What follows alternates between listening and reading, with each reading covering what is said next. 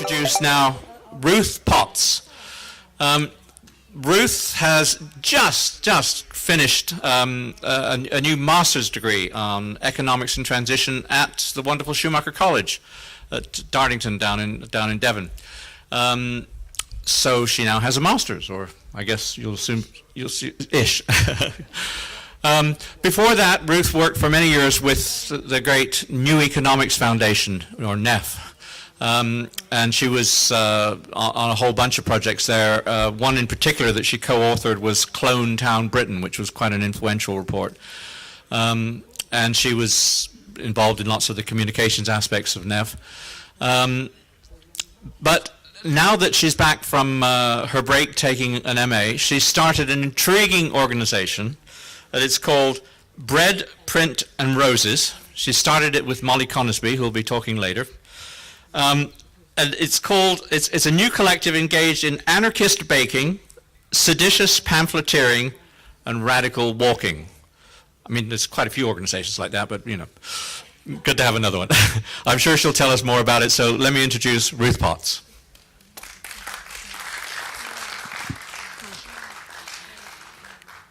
Hello, and thank you. And I'm not going to talk about anarchist baking today, or seditious pamphleteering, or radical walking even. I'm going to sort of just meander a little around some thoughts on the material world, the kind of the stuff of life. And I'm going to do that because I think it's something I've been sort of thinking around recently, and I think there's a kind of trick that the environmental movement is missing. I think that sort of in terms of the way that the environmental movement is pictured, we're either presented as sort of hair shirt wearing miserablists who don't know how to have a good time, who kind of eschew the material world, or there's a sort of tendency towards replacing consumption with just another form of green consumption. So it's sort of don't buy a car, buy a green car. And I think there's another way. I think that by falling back in love with the material world, I think we can engage in a richer, deeper experience of life that's good for the planet and good for all of us. So I'm just going to take you on a little kind of meander through some of the history of our relationship with the material world and why I think it matters, and why I think it can be better. So thank you. So sort of as I've just said, I think one of the major driving forces behind the challenges we face, whether they be sort of growing levels of inequality, damage to the ecosphere that's taking us into uncharted territory in terms of the climate, is the belief that more material possessions, more stuff, and more activity will deliver a better world. And these things, the desire for more stuff has social and psychological manifestations as well. The more that we crave possessions, the more separate we become from one another. And people whose values centre on the accumulation of more stuff face a greater risk of unhappiness, including like the greater likelihood of anxiety, depression, low self-esteem, and problems with intimacy, regardless of age, income, or culture. There's a wonderful guy in the US, a guy called Tim Kasser, who spent decades studying the impact of material culture. And it has social and ecological impacts alongside the psychological impacts I've just described. He finds that the more people care about stuff, the less they engage in behaviours that help other people, such as sharing and helping. And ecologically, the more people care about the material world, the less they engage in behaviours that promote ecological sustainability, like recycling and walking. And I think you can root this kind of obsession with stuff back to the Enlightenment in some ways, the rise of science and reason, which sort of promoted the idea of a world of pure reason, a world that could be manipulated and managed. And then there was the phase of thinking that followed that, the romanticism that followed, sort of presented the idea of a world of pure emotion. But I think our lived experience isn't either one of those things. It's very different and very much more interesting, because I think we live in a world, if we look around us today, of vibrant living matter. And this understanding of the world as sort of vibrant and living matter, the world as alive, isn't new. For Lucretius, the Roman devotee of Epicurus, the world wasn't formed of lifeless stuff, but matter in motion, entering and leaving vibrant assemblages. Because if they didn't swerve, he said, all things would fall down through the deep void like drops of rain, nor could collusion come to be, nor a blow brought to pass for the primordial. So nature would have never brought anything into existence. So our very existence is based on this notion of a vibrant and cooperative and collaborative matter. And the world is constantly interacting and alive. Our existence depends on it. And Spinoza, the philosopher, in challenging Descartes, who was sort of really fundamental in developing this notion of the world as machine and the world as a dead machine. And when Spinoza challenged him, he went further still. He said that not only was the world experienced in interrelation, but every non-human body shares with every human body a cognitive nature. And the phenomenologist Marcel Merleau-Ponty reiterated the collaborative nature of consciousness. He said, our gaze, prompted by the experience of our own body, will discover in all other objects the miracle of expression. Musing again on the nature of existence, the essayist Montaigne, who sought to, his big project was to record life as he experienced it, as directly lived experience, asked when he was musing on the nature of consciousness, do I play with my cat, or does my cat play with me? So this is a notion of life lived as interrelation, not life as consumed, but life as shared, that's dynamic, alive, vibrant, and pregnant with possibility. And the appreciation of this notion of a vibrant nature of matter reflects more recent thinking from complexity science. This isn't a determined world, but it's a world of chance, encounter, and constantly forming clouds of possibility. And that for the academic Jane Bennett also affirms that the so-called inanimate things have a life, that deep within is an inexplicable vitality or energy, a moment of independence from and resistance to us and other bodies, a kind of thing power. So this notion of a world alive is a world that naturally answers the human desire for novelty. In the words of Thoreau, to be surprised by what we see. It's a world of endless possibility, not a world that's constrained and contained. A world that's always about to be. So given this concept of vital materiality, it's not really that we've been looking in entirely the wrong place for our well-being when we've been looking at more stuff to make us happy, because we are physical beings. And it's through our shaping of and interaction with the ecosystem that we're part of that we enter into a relation with the natural world. But as Karl Marx recognised, the fetishization of material possessions, the sort of idolatry with which we treat stuff, has created a sort of pathologically unhealthy relationship with the material world that we're part of. Because if we, on the other hand, if we deify nature as separate and other, so if we worship the natural world completely as kind of separate from us, then it still mistakes it repeats that mistake of separating us from the world that we're part of. So I think what we need instead is a relationship with matter that understands and reflects our own materiality, one that works with boundaries rather than forcing through them, and tends and nurtures rather than exploits, to find both joy and sorrow in the material world that we are, after all, a part of. From a phenomenological perspective, the notion of a dynamic and interrelated world implies that we have most to learn about the nature of things through interaction with them. So challenging, and I think this is interesting, challenging the sort of the contemporary notion of science as the root of our understanding of the world, According to the historian of science, Cyril Smith, it was craftsmen and not scientists who first understood that the properties of metals.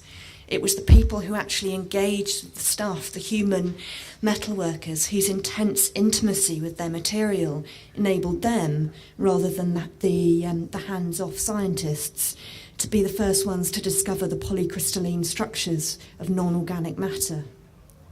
The craftsperson's exploration of how metal interacts, rather than the scientist's desires to dissect its properties, enabled the craftsperson to discern the character of metal in a way that the scientist in the laboratory couldn't. It was craftspeople, not academics, who understood that the characters of metals was determined as much by the spaces in between that were as important as the atom in determining the properties of a particular metal. So our closeness to and our interaction with the stuff of life means that craftspeople have insights into the nature of matter that have been undervalued by people who think in theory alone. The craftsperson isn't only able to meet the material world, they bring their whole being into their work. Intuition is honed through practice, practical skill, passion, consideration and inspiration, which brings forth the beauty and vitality of material in a collaborative dialogue with the materials they're working with. The philosopher Adorno gives words to this, to the social and psychological importance of shaping the world we live in. He said, people need not only to obtain things, they need above all the freedom to make things with which they can live, to give shape to them according to their own tastes, and put them to use in caring for and about others. So dazzled by the promise of the economists that the market would deliver material abundance, we fail to recognise that no new matter is created. We really extract and reorder the matter that is already in existence. So expanding Mark Twain's adage, we might as well say that we should respect the material world because they're not making matter anymore. And this alienation of the species being, the alienation of us from the world we're part of, is not just an estrangement from our own essence, but from living matter and the vital essence of life itself. Given that shaping an object is an interaction between the material and the maker, there's a strong argument for valuing the role of the material in the process and not just the maker, characterising the process of production as an interaction between species, not merely material as a container for species being. So not material as a container for our desires and our wishes, but material as something we work with. And I think by making and mending objects, we enter into a relationship with the material world we're part of. In the making of objects, we communicate across cultures and through the ages, and in their care, we say something deeply symbolic about the nature of existence. In the Iliad, Homer uses the word Sophia, wisdom, to refer to the skill of the carpenter. This isn't a flat intellectual knowing, but a multidimensional, multifaceted, experiential knowing. The nearest kind of association is a handling, using and taking care of things, which according to a range of thinkers from Heidegger to more recently the think tanker turned motor mechanic Michael Crawford, has its own kind of dynamic knowledge in keeping with a living earth. Some diagnostic situations, he said, contain so many variables and symptoms that can be undetermining of causes that explicit analytical reasoning comes up short. What is required is the kind of judgment that arises from experience, hunches rather than rules. The stonemason, Leader Kindersley, gives a compelling account of what we have to gain by entering into relationship with the material world. She says, if you want to define a letter, the moment that you push on the pencil or use it too aggressively, it breaks. You learn to keep the point, not by using force. Don't force, let it be. The secret in the stonemason's craft lies in understanding and working with the material, not against it. And I think through that, through working with material, we begin to understand something about limits, and also the potential of the material world that we can't know in abstract. And we experience the newness and novelty of transformation when we work with materials. Each experience is subtly different, each object unique. The rise of mass production and consumption stole and disfigured this experience of novelty as wonder, taking it out of our reach and selling it back to us as alien objects that we play no part in creating. In the same way that we need to eat more mass-produced food to meet our nutritional needs, we're compelled to seek more mass-produced stuff to replace the rich, multi-sensory relationship we once had with the stuff that we made and cared for with volume rather than quality. The extraction of energy from the earth that made the modern world possible, delivering liberation from labour without questioning whether some forms of labour themselves are valuable. Thinkers and activists like William Morris, John Ruskin or Gandhi himself posit an alternative and compelling alternative, a conscious and respectful interaction with the world through our labour. In Dancing in the Streets, A History of Collective Joy, the cultural historian Barbara Ehrenreich explains how waves of spontaneous expression, so she looks at the way in the early churches, for example, people didn't sit quietly in the pews, the congregation sang and danced in the aisles, that this spontaneous expression was suppressed because it fundamentally challenged power by revealing the extent of human agency, so how much we can do for ourselves and how joyful it is. I think the same analysis can be applied to the factory production system, which has taken what we can do for ourselves and placed it out of our reach. We are spectators and consumers rather than active creators of our own lives. The return to craft and learning how to make and do for ourselves again reveals just how much we can do. We reconnect with our ability to shape the world through the process of working the material we shape. In doing so, we develop a respect for the material world, and because it slows us to a pace more in keeping with the ecosystem, through the process of craft, we come closer to harmonious existence. And I think that knowing how a thing works and working with natural materials also enables us to embrace the unpredictable and the imprecise. We learn how to respond to an ever-changing world. For the poet Keats, it was this testing, this engagement with the real world that formed the human soul. He said these three materials are the intelligence, the human heart, as distinguished from the intelligence of the human heart, as distinguished from the intelligence of mind, and the world, or elemental space, suited for the proper action of mind and heart on each other, for the purpose of forming the soul or intelligence destined to possess the sense of identity. Our lives and our character are shaped by our encounters not only with one another, but also with the material world we're part of. And the practice of making and experimenting isn't just a reflection of our essentially cooperative nature. It has physical and psychological impacts. The process of craft, born in repeated iteration, helps us to respond to changing circumstances.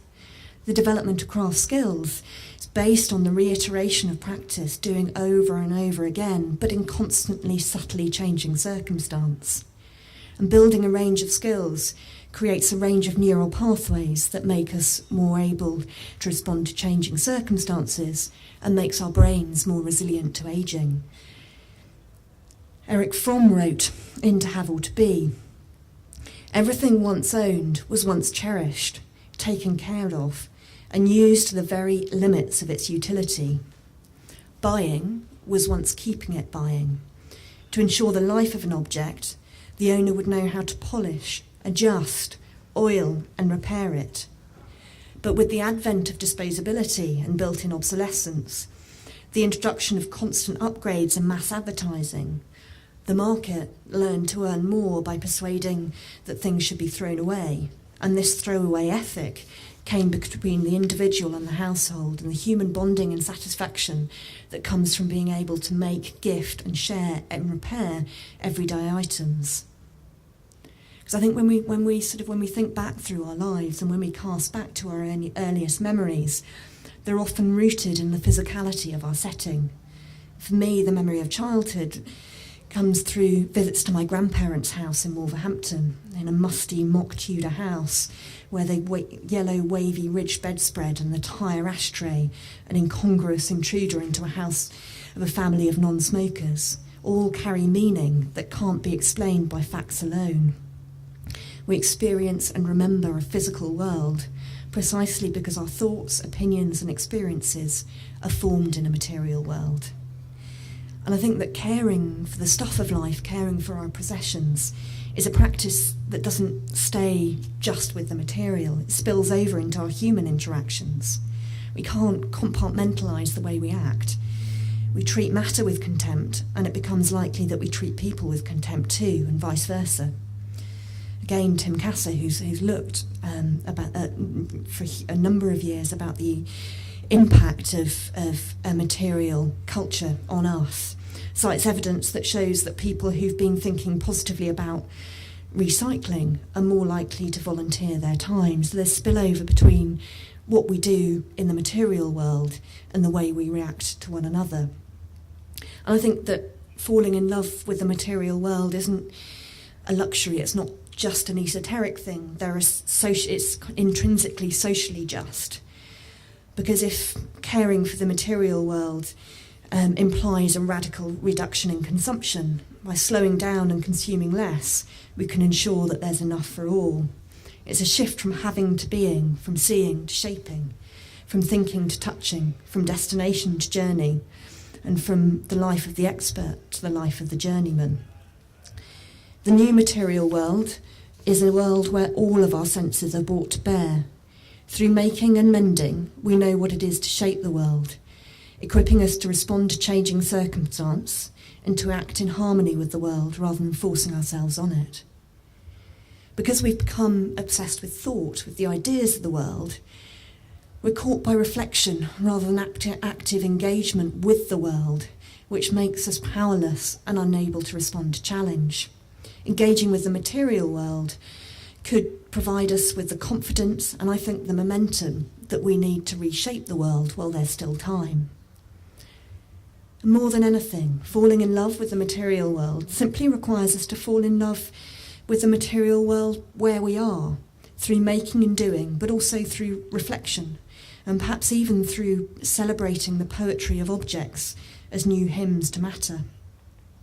For Ivan Illich, musing on the kind of arrangement that would support a convivial society, he proposed that it would be the result of social arrangements that guarantee for each member the most ample and free access to the tools to the community and limit this freedom only in favour of another member's equal freedom.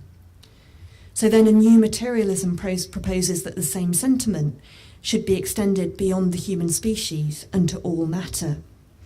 Our practice then, our way of life, as active and engaged citizens, is about learning to read the text of the material world. In other words, what values, practices, natural resources, craftsmanship are embodied in the objects and services we use, and how do we want them to be? A material world, a vibrant material world, is a world open to the winds that can't be controlled, but must be constantly navigated. It's a world alive, constantly perilous and new. So I think the truth is, we never really fell from paradise. We've been here all along.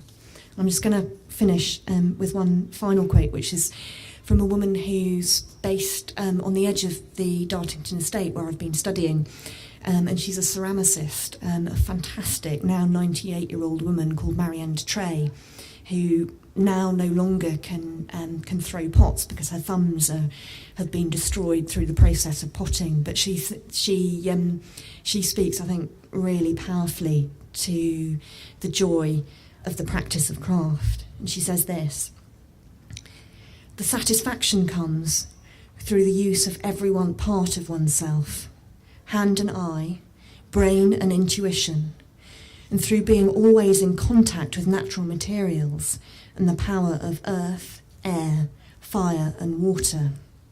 It is, in fact, a voyage of discovery into the very heart of things.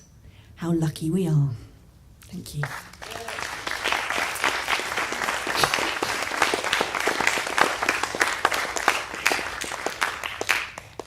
Thank you, Ruth. So, material world and your love for it. Any questions about it? Must have raised some thoughts. Yes, Ruth. How can we, I guess it starts with oneself, but how can we start a reform about more than a reform, but encourage others to take part in this journey? So I think by doing ourselves, by starting, I think by skill sharing. I think by sharing the practices that we all have with others and learning from others. So by starting up clubs and societies that teach these skills that we all have and we all have the potential to develop, but do that by, I think we should be looking to have sort of making and mending hubs on our high streets. So that we can have that, so that our high streets don't become places where we just go to consume, but are places where we come to learn new skills, to meet new people. So I think there are a whole host of ways through learning ourselves, but also sharing with others and celebrating it. Thank you. Mike? Do you think there's like, for me, it's like, I understand what you're saying. But there's like a step which people have to take now from being where they're at to this idea of actually being creating things again, I think. Yeah. Because we're so used to consumption that actually, for people to actually be empowered to take that step is quite a big thing, I think. Yeah, I think it, but then I think you can look at the kind of, I think it's already happening. I think the truth is, if you look at the sort of the rise in the number of craft clubs, there are things like sort of courses in baking in London are sort of booked up months ahead. So I think there's already a sign that people are kind of seeking out opportunities to learn how to do for themselves. And I think it kind of has the potential to be socially contagious, because I think when you actually get engaged with making, and it can be really simple things, but when you get engaged with making again, it's a really satisfying and exciting process, and it's something that people want to share, and it lends itself to sharing. It's not something that you keep to yourself. So I think there are signs that it's already underway, and I think that there are, as I said before, I think there are steps that we can take to spread it further, like taking it into the heart of communities, and kind of having sort of public places where people can come together to make and share. Anybody else? No? Well, thank you very much, Ruth, for a lovely talk, and we're now going to have a slightly longer break. I think the next talk's at 12:30, so perhaps a time to get ahead of the other lunchers and get the best food. Thank you.